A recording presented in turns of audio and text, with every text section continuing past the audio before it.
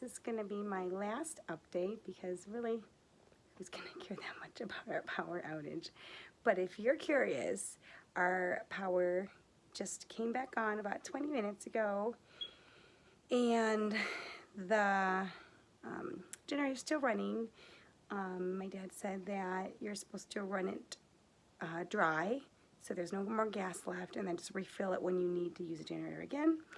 So the generator went off once during the outage, and I had to go and refill the tank with gas, and then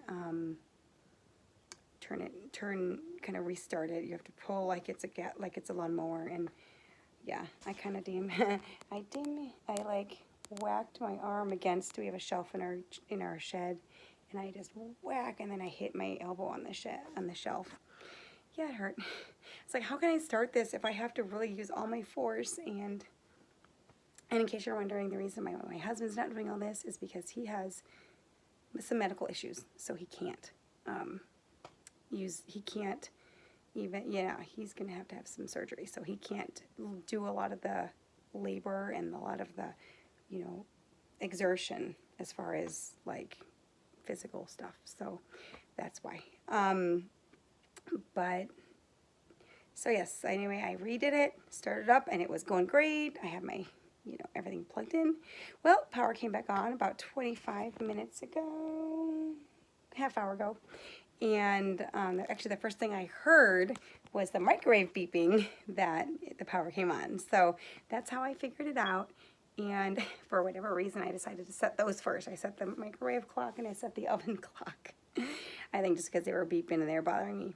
But then I plugged these right here back in. I plugged these back in right here. So they're plugged into here, let me show you. Ta-da! That's where it's supposed to go.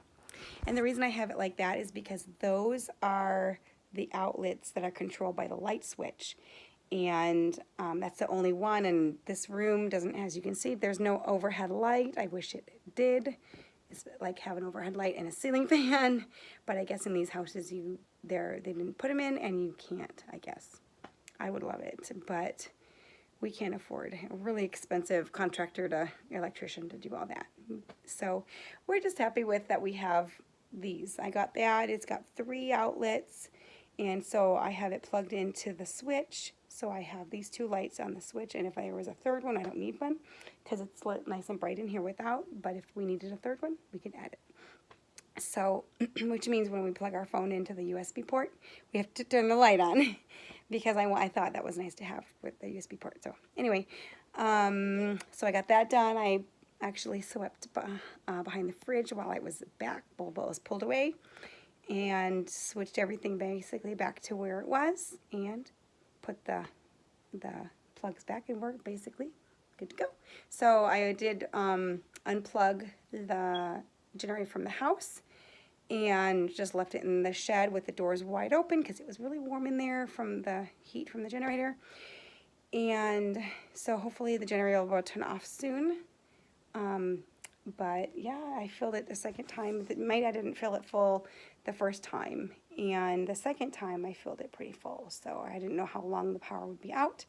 But yay! And of course, when everything turned on all at once, the AC, so the circuit, I blew the circuit from the AC, or it switched. You know what I mean? I had to go flip the circuit breaker for the AC because that was too much for everything getting back on all at once, and it was really warm in here. But now it's actually really good. So anyway, that is our fun story.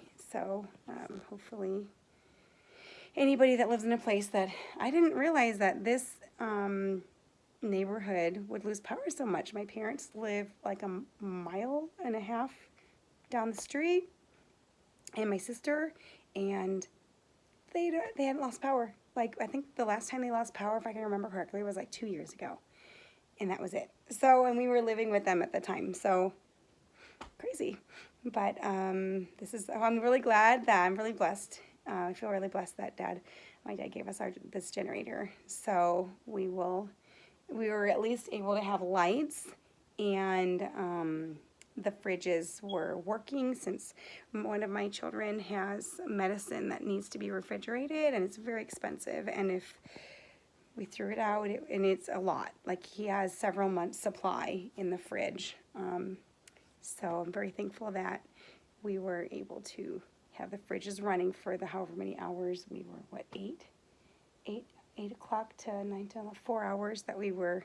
I mean, it wouldn't have damaged them for only 4 hours, but last year the power was out for like 12. So it's definitely a big deal having that. So anyway, yep, there's your little power outage story. So talk to you later. Thank you so much for listening. Bye.